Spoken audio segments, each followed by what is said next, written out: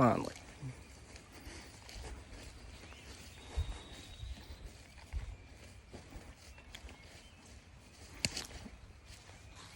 Tell you what, this bird worked my nerves.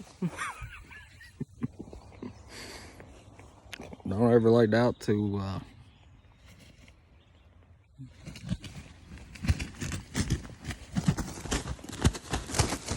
chickens. They're gonna try to get away from me.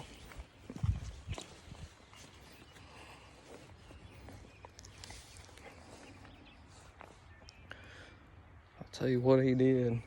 He was roosted over there on the creek, and I knew he was in here because I talked to the landowner and been hunting kind of most of the season, so. What are you doing? He's got to be one of the prettiest turkeys I've ever killed. But anyway, pardon me if I'm shaking. So, I don't know how you turn this thing around, or if you can turn it around. But anyway, using the funky chicken there, I was sitting up there, and I wasn't really sure how Tom would react to that funky chicken there, so. But he was roosted up in one of those sycamore trees, and I got in here a little bit late this morning, but he come in and pitched down on this side. I really thought he was going to go to the other side because most of the time they do. But I had a couple does come down in the field, and it kind of kept him from, I don't know, closing the deal a little earlier, I guess. So, but it's beautiful down here. Like, as far as you can see,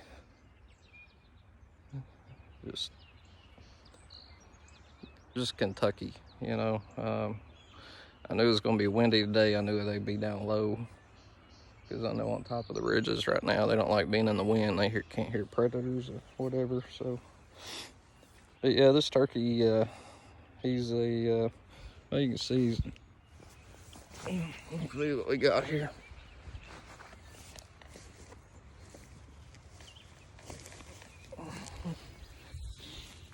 Two-year-old. Yep.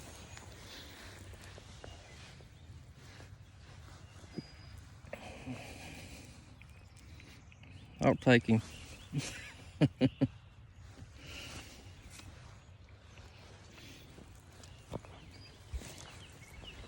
He's pretty. He's got those pearl looking spurs on him. 2-year-old. Dumber than a box of rocks.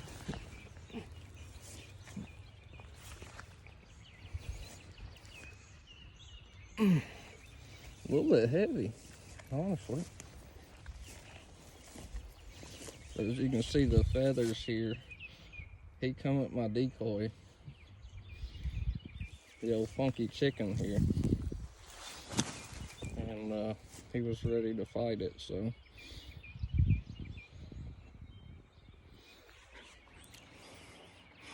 I'm tickled pink. I didn't think I was gonna kill anything this year. It's been so tough. It's been the toughest turkey season I've ever seen. As far as turkeys not being vocal or coming to calls, and this one probably wasn't gonna come to a call if he hadn't seen this decoy out. I don't think he would ever come in. But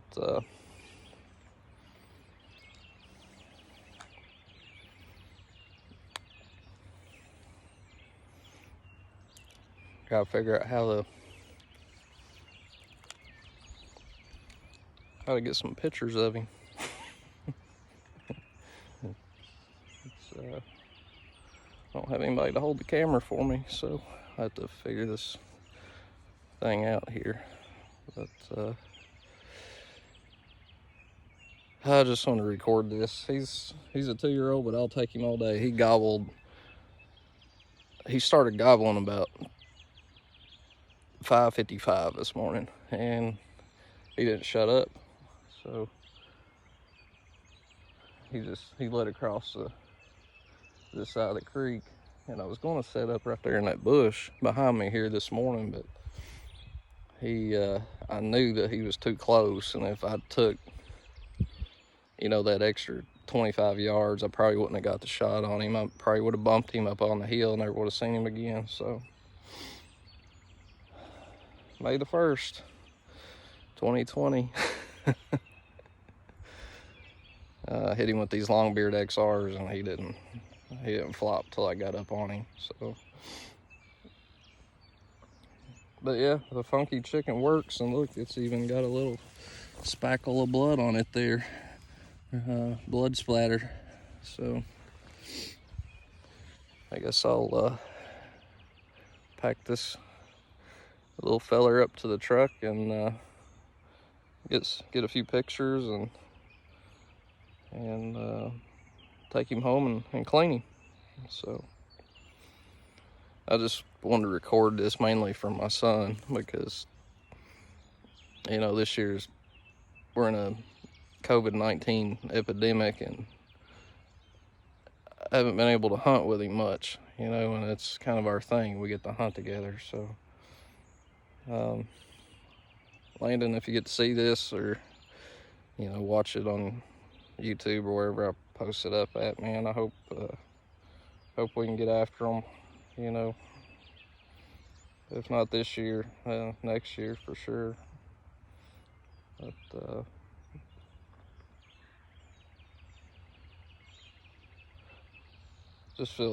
I feel blessed. It's moments like this I shared with my dad, and even though I'm hunting alone, which sucks, it really does, but it's like we made so many turkey hunting memories that when I go, I feel closer to him, if that makes any sense whatsoever. So he taught me a lot of patience. He was a good turkey killer, good turkey hunter too. So I wish I figured out how to turn this thing around. I'd like for y'all to see how beautiful it is down here. I mean, it's just, I look pretty rough because I've only slept a few hours. So, but it's the only gobble I heard this morning, so I'll take him.